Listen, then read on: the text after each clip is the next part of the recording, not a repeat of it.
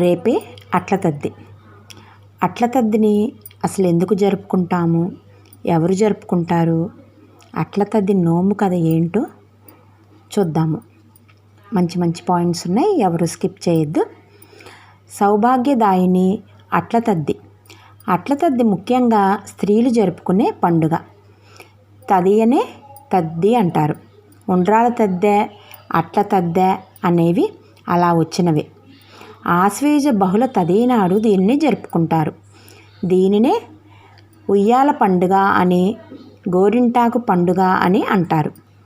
ఉండ్రాల తద్ది మాదిరే ఈ పండుగకు కూడా ముందు రోజు కన్నెపిల్లలు, ముత్తైదువులు గోరింటాకు అందంగా అలంకరించుకుంటారు.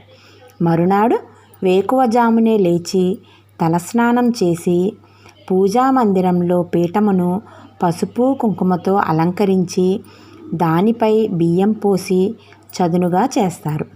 దానిపై తమలపాకు ఉంచి పసుపుతో చేసిన గౌరీదేవిని పూజిస్తారు. గంధం, పసుపు, పువ్వులతో పూజిస్తారు. ఆ తర్వాత దేవికి అట్లు, ఇతర పదార్థాలు నైవేద్యంగా పెడతారు. అనంతరం శక్తి కొద్దీ 3 కానీ 5 కానీ ముత్తైదువులకు వాయనాలు ఇవ్వడం ఆనవాయితీ. ఇలా చేసినందువల్ల గౌరీదేవి అనుగ్రహంతో పాటు సుఖాలు, సౌభాగ్యం కలకాలం నిలవడంతో పాటు పుణ్యం వస్తుందని చెబుతారు. ఇది అట్ల తద్దె జరుపుకోవడంలో ముఖ్య ఉద్దేశం. అట్ల తద్ది నాడు తెల్లవారుజామున పిల్లలు అన్నం, గోంగూర పచ్చడి, పెరుగుతో కడుపు నిండా తింటారు.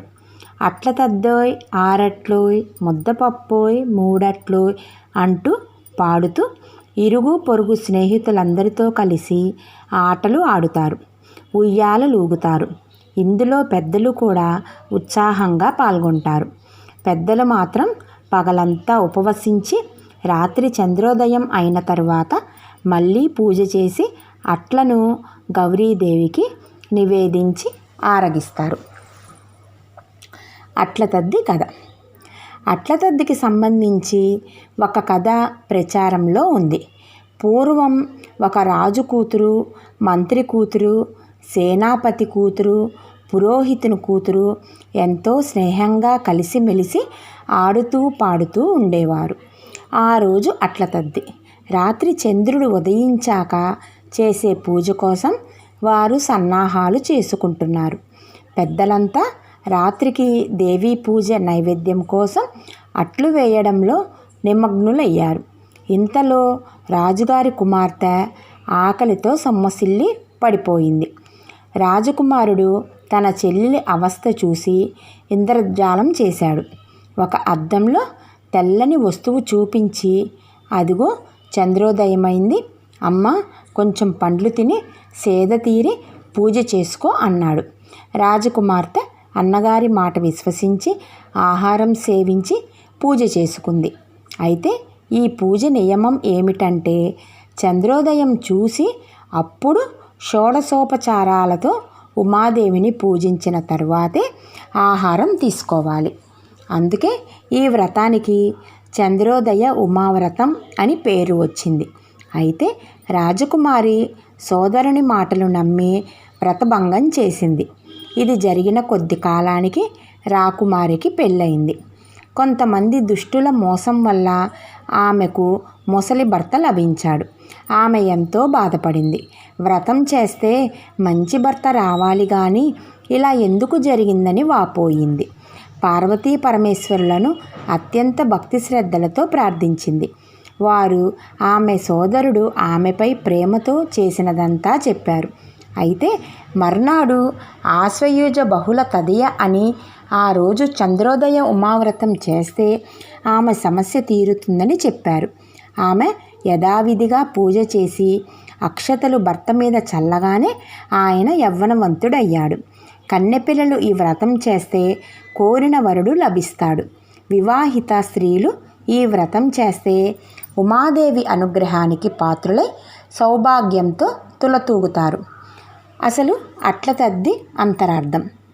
త్రిలోక సంచారి అయిన నారద ముని ప్రోద్బలంతో గౌరీదేవి శివుని పతిగా పొందగోరి మొదటిసారిగా చేసిన విశిష్టమైన వ్రతమే ఈ అట్ల తద్ది.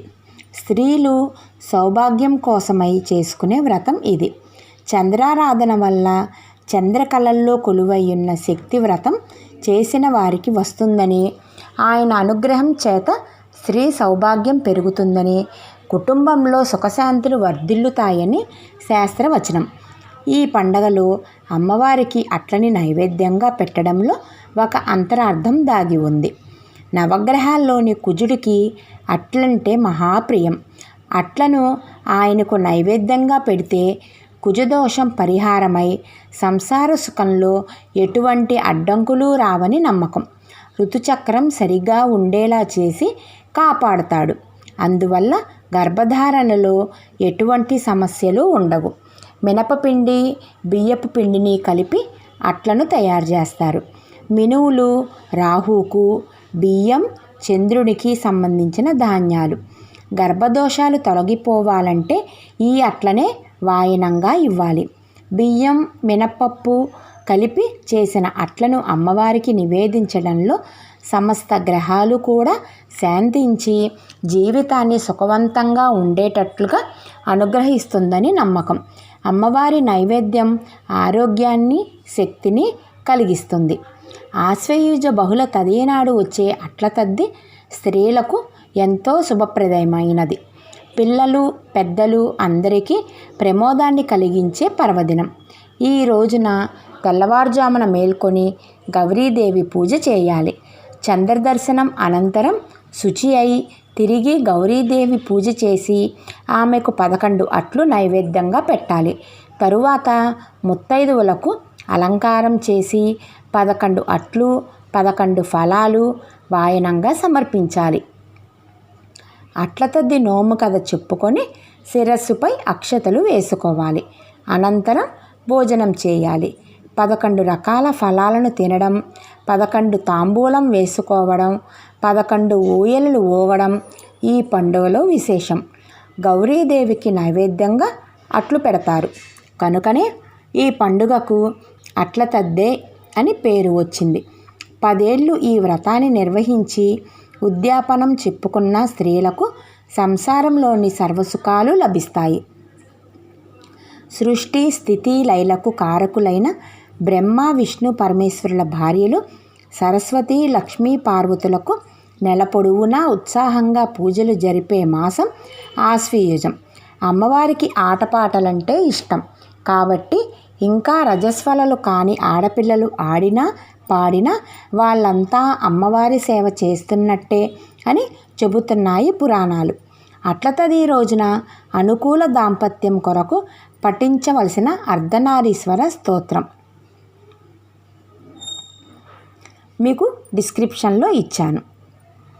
మీకు ఇలాంటి ఆధ్యాత్మిక విషయాలు ఇంకా తెలుసుకోవాలి అనుకుంటే తప్పకుండా నా ఛానల్ని లైక్ చేయండి, షేర్ చేయండి, సబ్స్క్రైబ్ చేయండి. ఈ వీడియోని మీ బంధుమిత్రులందరికీ పంపిస్తారని అనుకుంటున్నాను. నమస్తే.